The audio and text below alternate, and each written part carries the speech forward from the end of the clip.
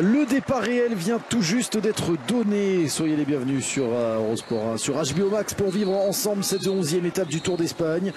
Départ et arrivée dans la même ville, celle de Bilbao, 157 km 400 au programme, un petit peu plus de 3000 mètres de dénivelé positif et pourtant nous n'irons pas haut puisque le point culminant de l'étape ce sera à Balcón de Vizcaya avec 430 mètres d'altitude et les premières attaques puisque la première ascension déjà se profile. L'Alto de la Hoquis, nous l'avions annoncé, un départ punchy même si pour David Moncoutier ça sortira un petit peu plus tard. Il faudra patienter jusqu'à l'Alto des Solubés, ce sera la deuxième difficulté répertoriée de la journée avec un Victor Kampenaerts qui était calé dans la roue du directeur de course. Nous pensions voir le roller belge de la Visma Lease Bike à l'attaque. En train de montrer qu'on va contrôler l'étape. Alors est-ce que c'est vrai, je ne sais pas, mais c'est sûr que ça ressemble. Ils font en tous les cas forte impression. Après ça n'empêche pas, on voit d'autres coureurs de relancer l'allure. Incroyable. Il y a un peu moins de pourcentage. Allez, bah, j'ai bien récupéré. J'ai fait 82 mètres au sein du peloton. J'ai récupéré. J'en remets une. Du Mats Pedersen tout craché. Ça va pas plaire à Marc Soler. Alors lui, il est placé au classement général. Est-ce que c'est son style?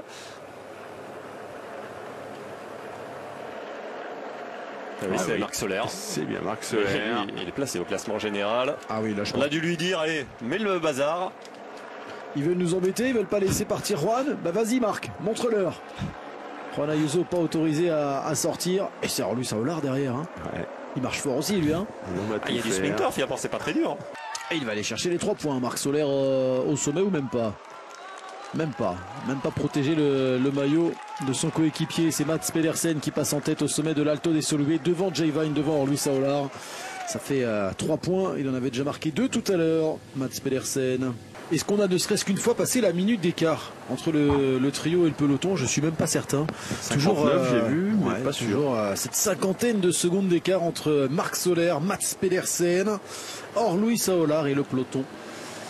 La formation Visma Lease Bike qui continue de cadenasser en tête de peloton, qui continue de maintenir un écart très faible. Ça roule très très vite depuis le départ.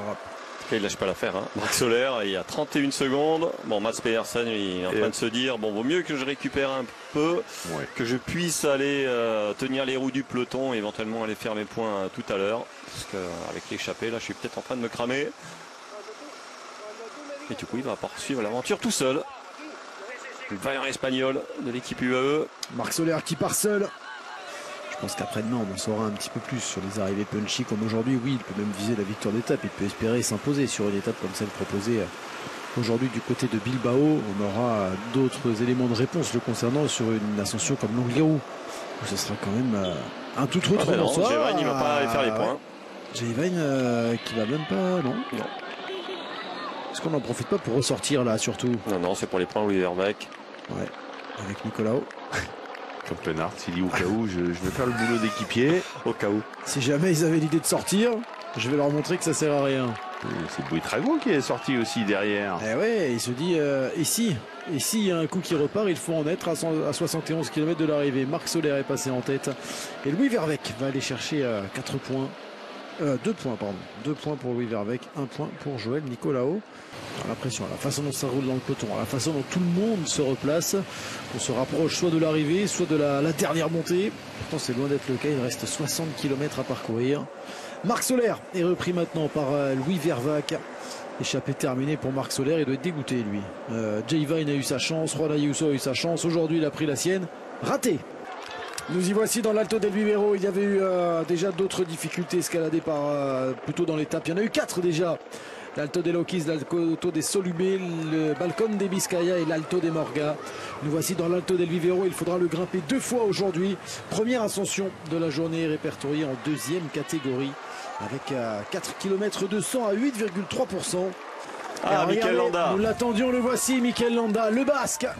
Devant son public qui passe à l'attaque, il vit une Vuelta pratiquement dans l'anonymat. Depuis le départ, on l'a très peu vu, Mikel Landa. Il se dresse sur les pédales pour sortir dans cette première ascension del Vivero. C'est vraiment une montée par palier. Encore un deuxième passage assez dur. 13%. Ouais, le public basque qui a répondu présent évidemment pour le passage de cette 11e étape de la Vuelta. Santi Buitrago. Un 3e, un Intermarché qui vient de bouger. Encore derrière, ça bouge au sein du peloton dans les pourcentages les plus raides là. Un Intermarché, c'est pas le petit Louis, parce qu'il est à l'arrière. Un Arkea également qui y va. Ouais, ça... Hotel. Ça bouge, c'est ce qu'on espérait, c'est ce qu'on souhaitait voir sur cette étape. C'est Victor Campenard qui ne va pas passer. Ah, si on venait à se regrouper, ça fait un bon petit groupe oui. de 6-7 coureurs. Allez, un qui ne passerait pas. Porté par le public, porté par la foule. C'est Mikel Landa qui bascule en tête au sommet de l'Alto del Vivero. Avec Camille Bogneux qui s'accroche là. Buitrago est passé en deuxième position au sommet. On retrouve les poursuivants ici, le groupe Louis Roulant, comme on l'appelle, avec Victor Campenard, Camille Bonneux, avec Eddie Dunbar, et ça ressort derrière. Et c'est Mats Pedersen. Eh oui, Mats Pedersen, il sait pourquoi il fait ça. Mats Pedersen, il a senti le coup. 300 mètres et vous le voyez, c'est une grande ligne droite. Énormément de monde, énormément de public pour accueillir le passage. Le premier passage sur la ligne des coureurs de cette 11e étape du Tour d'Espagne. Mikel Landa ouvre la route. Santiago Buitrago dans sa roue. Un noir de monde, cette dernière ligne droite.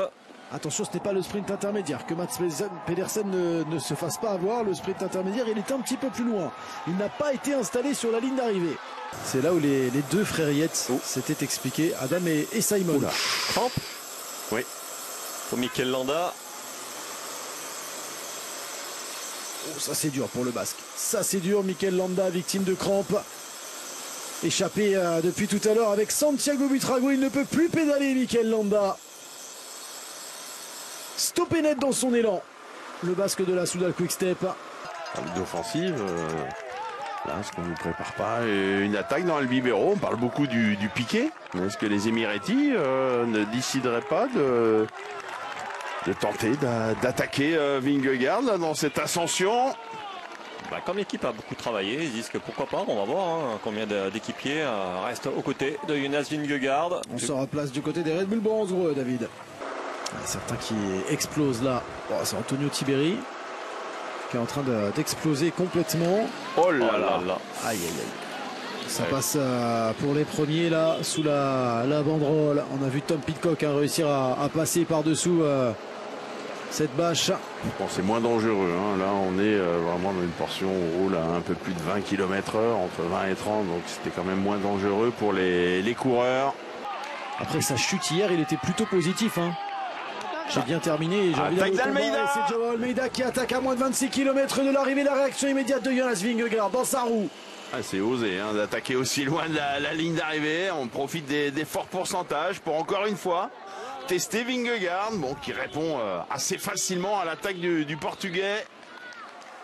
Et ses équipiers également. On a vu, il y en a deux qui ont réagi avec Ben Tulette notamment. Attention à ne pas se retrouver Almeida seul face à Vingegaard et des équipiers de la Visma. Et l'accélération de Pellizzari.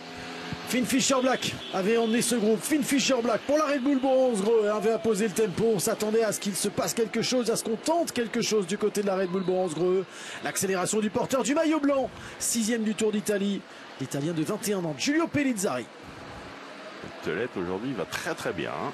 Il répond à toutes les attaques. Avec un pied à 10 km de l'arrivée. Au sommet, il en restera 7,8. Où ça attaque derrière. Almeida qui en a remis une. Et à chaque fois, Jonas Vingegaard est vigilant. Le duo de la Red Bull Bronze, même si cette fois-ci, ça va devenir un petit peu plus difficile pour Pellizzari. Jay Hindley arrive à suivre. Tom Pidcock également. C'est plus dur pour Tulette, mais qui est encore là aux côtés de Vingegaard pour la formation Visma Lease the Bike. Sans faire de bruit, Matteo Riccitello également reste au contact. Almeida, Vingegaard, Hindley, Tulette, Pidcock, Pellizzari, Riccitello, Ciccone. Un petit peu plus loin là-bas, il y a Thorsten Train. Et Egan Bernal, je crois. Oui, Egan Bernal. C'est vrai que là, ils ont quand même fait une démonstration de force. La Visma Lease the Bike tout au long de la journée. Ils ont roulé toute la journée, ils sont encore capables d'être en surnombre. Maintenant, on va voir si Jonas Vingegaard est capable de conclure le travail. Oui, parce que là, parfois, lorsqu'on a une transition, et ce sera le cas entre le sommet de l'Alto del Bivero et Piqué, la dernière ascension, il y a de la transition. Et parfois, on a des attaques. Mais là, ça va être dur d'attaquer quand on voit le collectif de la Visma. Information à Jackie Durand, information Radio Tour. Il y a quelques instants, nous stopperons les temps pour le classement général à 3 km de l'arrivée. La faute, certainement, la conséquence en tout cas, certainement des images aperçues tout à l'heure avec des manifestants qui essayaient de forcer les barrières et de pénétrer sur la route de cette 11e étape. Dans le final, vraiment dans les tout derniers mètres. Victor, il dit, moi j'ai envie de rouler, qu'est-ce qui se passe? Attention, apparemment, il n'y aura pas d'arrivée. On va arrêter les temps à 3 km de l'arrivée et les coureurs se dirigeront vers les parkings. Oui, je vous confirme, Jackie, pas de vainqueur d'étape aujourd'hui sur cette 11e étape. Nous n'irons pas jusqu'à la ligne d'arrivée. C'est confirmé avec ce qu'on a vu tout à l'heure, hein, à 300-400 mètres de la ligne d'arrivée, avec ces barrières qui essayaient d'être forcées. Je vous le disais, des forces de l'ordre qui se sont installées un petit peu partout sur la ligne d'arrivée. Il n'y aura pas de vainqueur d'étape aujourd'hui. L'Alto des Piquets, nous y sommes, 9 km 700 à parcourir. Nous sommes dans le premier kilomètre, ça n'est pas le plus raide. C'est ensuite que ça va se corser dans la deuxième partie avec un véritable mur, on l'a vu tout à l'heure. Entre 12 et 14%, et ce pendant 1 km. Bruno Armirail terminé. On va voir les coureurs s'écarter un par un. Ah, bah si. Ouais, on va quand même se la jouer. Cette dernière difficulté du côté des favoris. C'est Jonas Vingegaard, qui bouge, le premier à bouger. Ouais, c'est le Britannique. Alors ce virage à 17%. Ouais, Tom Pidcock qui accélère avec les gros pourcentages là. Tom Pidcock qui se dresse sur les pédales. Jonas Vingegaard toujours calé dans la roue. Jay Hindley qui suit tout cela en troisième position, et Joao Almeida qui est en train de se rasseoir. Joao Almeida pas forcément à son aise dans les plus gros pourcentages. Il va revenir au train comme à son habitude. On se retourne du côté de Vingegaard. On a dû voir que Joao Almeida n'était pas au top. Ouais, surprenant de voir Almeida se retourner, et il a perdu quelques longueurs hein, sur Pidcock, un peu à l'image d'un Pogacar qui avait perdu du temps sur Wout van Aert sur la dernière étape du Tour. Là, c'est un VTTiste qui a mis en difficulté un peu Vingegaard qui au train va rentrer. Ouais, il va revenir, Jonas Vingegaard sur Tom Pidcock. Derrière, il y a Jay Hindley donc. Puis Joao Almeida avec dans sa roue Egan Bernal, Giulio Pellizzari. On retrouve le duo maintenant, Tom Pidcock, Jonas Vingegaard. Et il relance. Le champion olympique de VTT, 4e du classement général, à moins d'une minute du Danois. Tom Pidcock qui relance. Tom Pidcock qui veut faire la différence avant le sommet. Ouais, pour Jonas Vingegaard, est-ce que ça l'a lâché un petit peu dans la tête en se disant qu'il n'y aurait pas la victoire d'étape? Ou est-ce que Tom Pidcock est vraiment très fort dans ce type d'effort? Bon, il est très fort, mais je pense que si on avait eu une étape traditionnelle, le scénario aurait été différent. Ah, c'est sûr, ça change quand même pas mal de choses. Ah, il va être dégoûté de voir cette étape annulée, parce qu'il a quand même réussi à lâcher beaucoup de monde. Il a même réussi à lâcher Jonas Vingegaard, parce que le même scénario, là, 6 km de l'arrivée, vous avez Vingegaard et Pidcock. Vingegaard qui aurait roulé évidemment jusqu'au bout pour prendre du temps à Almeida, et Pidcock qui lui aussi aurait roulé et qui, avec sa pointe de vitesse, aurait pu aller chercher la victoire d'étape. Malheureusement, il n'y aura pas de succès, juste éventuellement quelques secondes de repris. Alors, l'arrivée dans 500 mètres. Il y aura une petite poignée de secondes, hein, mais on se sera quand même fait la guerre. Alors ça va être une image un peu bizarre, évidemment, les coureurs qui vont aller jusqu'à cette ligne indiquant les 3 derniers kilomètres, qui après vont s'arrêter. Voilà, c'est terminé. C'est Jonas Vingegaard qui passe en tête devant Tom Pidcock, et ils continuent leur effort, les deux coureurs.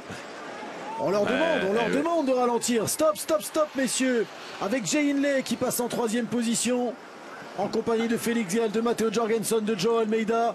C'est terminé, messieurs, vous pouvez vous arrêter. Pas au courant, Tom fin Pidcock. de l'étape. C'est pour ça qu'il avait le plus d'envie dans l'Alto des Piquets. Oui, mais en même temps, Vingegaard et Almeida ont discuté, mais est-ce que Tom Pidcock, on a pris le temps de lui dire ce qu'on faisait? Je sais pas, on a C'est assez étonnant, assez étonnante cette image. On sait qu'on était à l'écoute de Radio Course, et l'information a été donnée, c'est vrai, la première fois en espagnol. Après, mais ça a été donné en anglais, ça a même été donné quelques minutes après en français. Donc je pense que dans toutes les voitures, à moins que leur radio ne fonctionnait pas, mais je pense que tout le monde est au courant.